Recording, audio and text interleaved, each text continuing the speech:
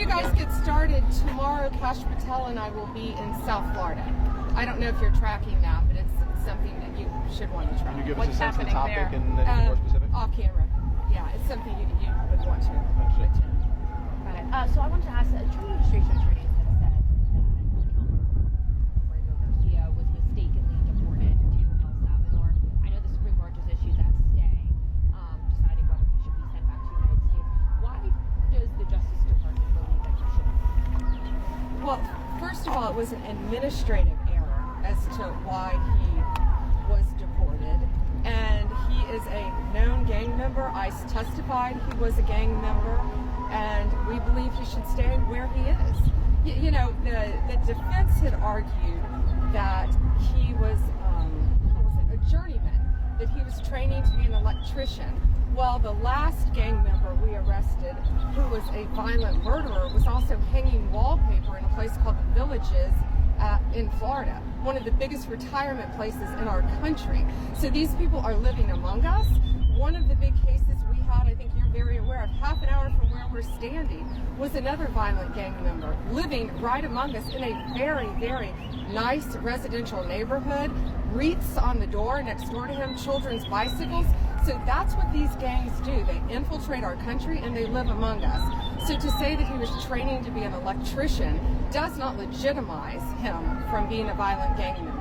And we will continue to fight for the safety of Americans and get these people out of our country to make America safe.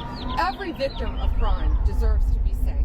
And these families who have lost loved ones to these, they are foreign adversaries, they are terrorists, and they are living among us no longer. And especially after that ruling yesterday.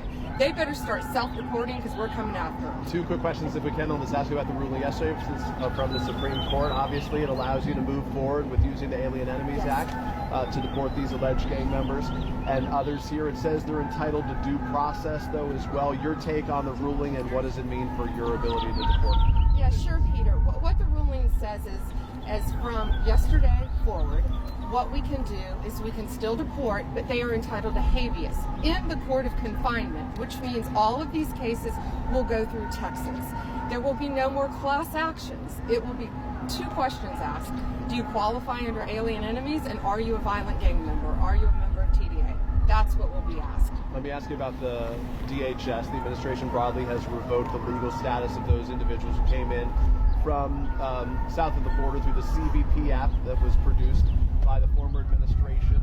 So should those individuals who follow the rules as they existed at the time be forced to leave the country now?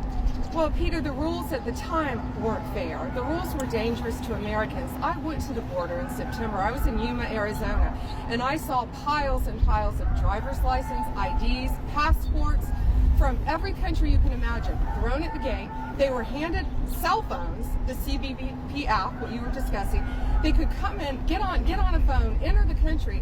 If they didn't have ID, then they could identify that they were from any country they chose to be from. A Border Patrol agent told me Venezuelan men were coming in saying they were from China.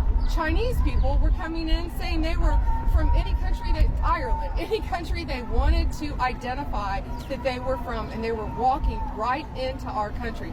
So we have to look at all those cases because that's the safety and concern for our citizens. One other thing at the border is if you were a family, it made it much easier to come into the country.